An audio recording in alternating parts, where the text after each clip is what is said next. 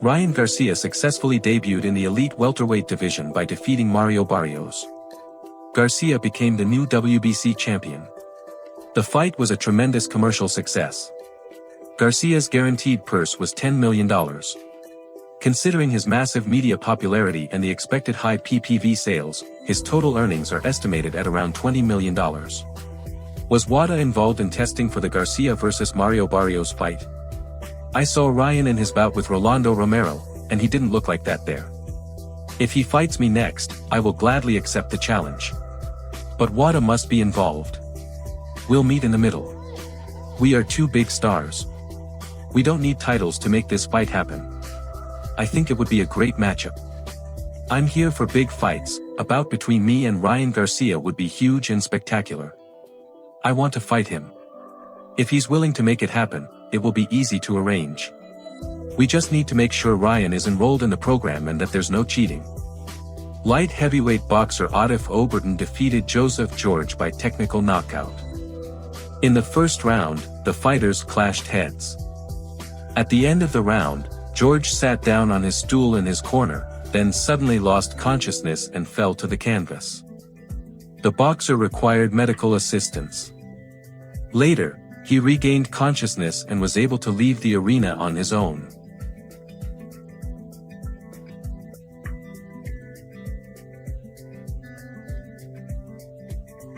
Journalist Afram Gonzalez and several sports outlets have reported that Andy Ruiz Jr. is close to signing with Zuffa Boxing. Social media and some media sources have already indicated that the deal is finalized. If the contract is signed, Ruiz is expected to compete at the Zuffa 4 event scheduled for late spring. The fighter has fully recovered from the hand fracture he suffered in August 2024 during his fight with Jarrell Miller and is ready for a full training camp.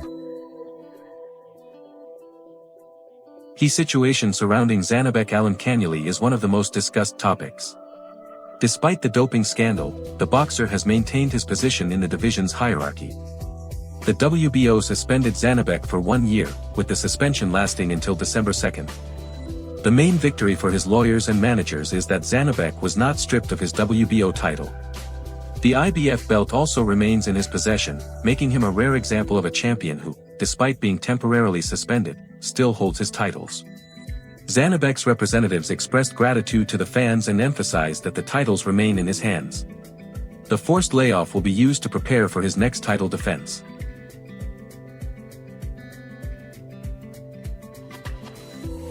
David Benavidez and Gilberto Ramirez came face-to-face at the first press conference dedicated to their upcoming cruiserweight bout.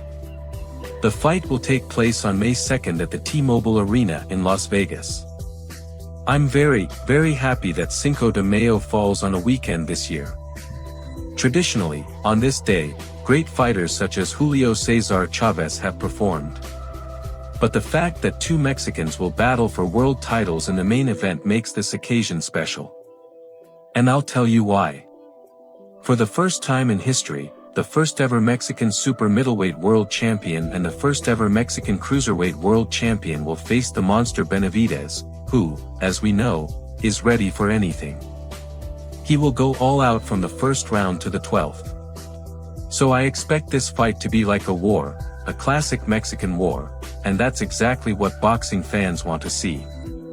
They want to be part of a great historic event. They don't want to see someone just walking around the ring throwing 2 or 3 punches. They want to see an exciting spectacle. That's exactly what Zurdo and Benavidez promise. Of course, we'll have the main event, but we shouldn't forget about the undercard. The best fighters from the Golden Boy roster will be there.